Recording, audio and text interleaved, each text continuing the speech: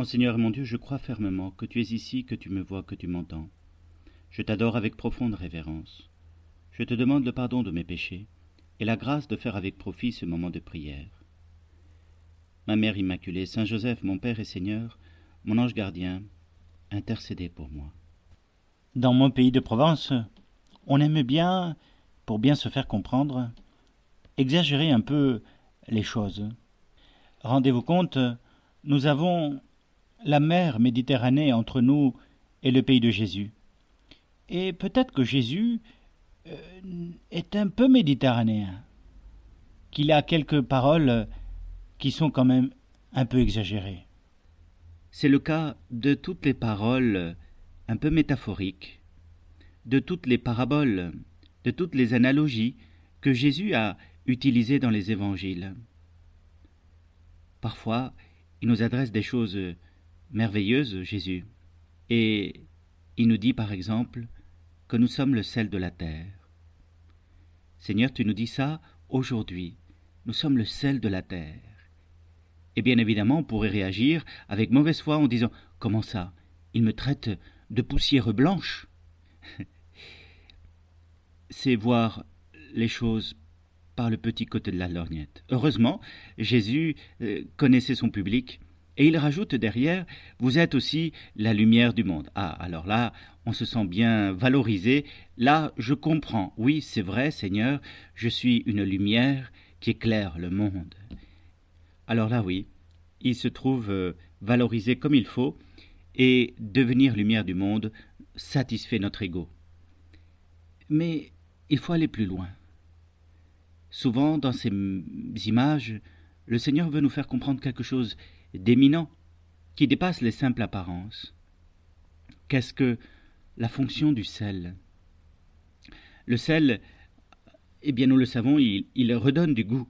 Il relève le goût des aliments. Ne me demandez pas pourquoi ni comment, il doit y avoir une explication bien savante. Mais il relève le goût. Le même légume sans sel ou avec sel n'a pas le même goût. Et puis le sel aussi conserve les aliments. Il permet qu'ils durent plus d'une journée, plusieurs journées, et parfois même plusieurs mois. Je pense à bacalao, à la portugaise, qui est bien mis dans le sel et donc qui dure des mois. Mais le sel donne du goût. Et quand Jésus nous dit que nous sommes le sel de la terre, Seigneur, tu nous révèles une mission éminente, celle de donner du goût à l'existence de ceux qui nous entourent. Et comment faire cela? Comment, Seigneur, révéler le goût des choses? Il y a une réalité toute simple, c'est que si nous avons conscience que notre vie est un cadeau, un don, une réalité merveilleuse, si nous en vivons pleinement, alors jour après jour, nous pourrons le révéler, donner du goût aux choses, à la vie quotidienne. Et prendre le petit-déj au petit matin, ça peut être un temps merveilleux. Prendre un repas avec des amis, ça peut être une apothéose. Donner une petite monnaie à un mendiant de passage, révéler dans ce regard de compassion toute l'estime que l'on peut porter à la personne, eh bien ce peut être un moment de gloire divine. Vous êtes le sel de la terre, nous dit Jésus. Et Jésus, j'ai envie de dire, ne se trompe jamais. Il voit en nous bien plus que nous-mêmes, parce qu'il nous révèle qui nous sommes, que nous sommes enfants de Dieu, que nous sommes aimés de Dieu si intensément que c'est bien dommage de ne pas lui répondre avec autant d'ardeur. Nous sommes la lumière du monde. On ne laisse pas la lumière sous un boisseau, on la met en hauteur pour qu'elle éclaire les autres. Et oui, nous aussi, nous devons participer à l'œuvre de Dieu par nos actes quotidiens, qui mettent en valeur les personnes. Je me suis rendu compte, par exemple, en conduisant la voiture, que chaque fois qu'il y a un piéton qui attend à côté d'un passage clouté, si je m'arrête, je le mets en valeur. Si je m'arrête, je montre qu'il m'importe, que je l'ai vu et que je lui laisse de la place. Ma voiture allait trop vite, elle est beaucoup plus forte. Si je voulais, par la violence, je passerais outre. Mais en m'arrêtant, je révèle à cette personne qu'elle a compté dans mon petit passage d'existence. Et qu'est-ce que 15 secondes d'attente dans la vie? Eh bien, c'est cela, apporter du sel, révéler les choses, montrer combien c'est important. Et tout est important dans notre vie. Quand parfois il y a des vagues à l'âme, eh bien, Seigneur, donne-nous de rencontrer, je ne sais pas, quelqu'un dans la nécessité. Je pense tout simplement, c'est une nécessité naturelle, je pense aux enfants. Regardez un enfant. De quoi il a besoin? Il a besoin d'un avenir, il a besoin d'une société plus juste, plus paisible, il a besoin de pouvoir développer des talents, donc des professeurs, il a besoin de moyens. Et une fois que vous voyez un enfant, vous savez, vous comme adulte, ce qu'il vous reste à faire. Il faut lui bâtir ce monde. Et regarder un enfant, eh bien c'est se rendre compte de tout ce que nous devons faire. Eh bien regardons Jésus, parce que lui aussi a été enfant. Mais lui aussi a été surtout sauveur.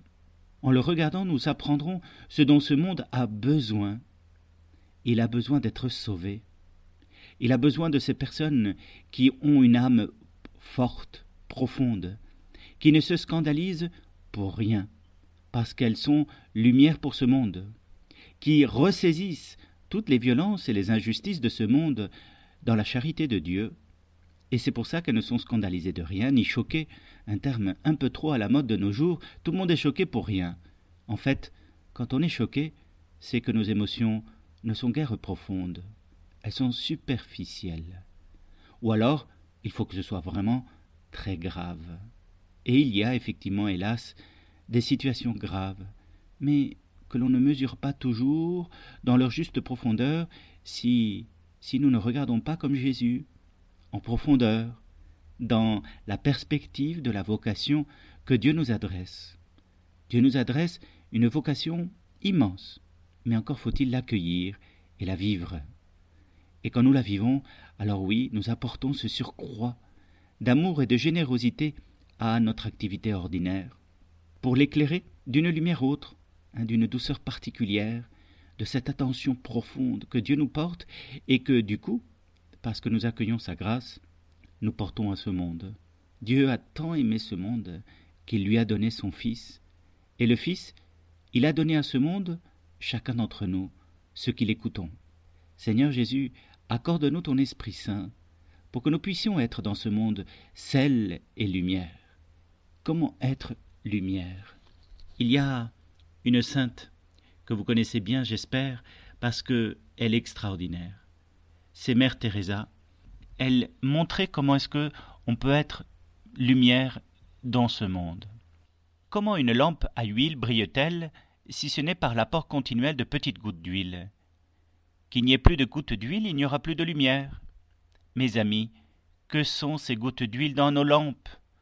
Ce sont les petites choses de la vie de tous les jours, la joie, la générosité, les petites paroles de bonté, l'humilité et la patience, simplement aussi une pensée pour les autres, notre manière de faire silence, d'écouter, de regarder, de pardonner, de sourire, de parler et d'agir. Voilà les véritables gouttes d'amour qui font brûler toute une vie d'une vive flamme. Ne cherchez donc pas Jésus au loin, il n'est pas là-bas, il est en vous. Entretenez bien la lampe, et vous le verrez. Eh bien, confions-nous à cette prière de Mère Teresa, pour qu'à notre tour nous soyons celle de la terre et lumière du monde. Je te remercie, mon Dieu, des bonnes résolutions, des actes d'amour et des inspirations que tu m'as communiquées dans cette méditation. Je te demande de m'aider à les mettre en pratique. Ma Mère Immaculée, Saint Joseph, mon Père et Seigneur, mon ange gardien, intercédez pour moi.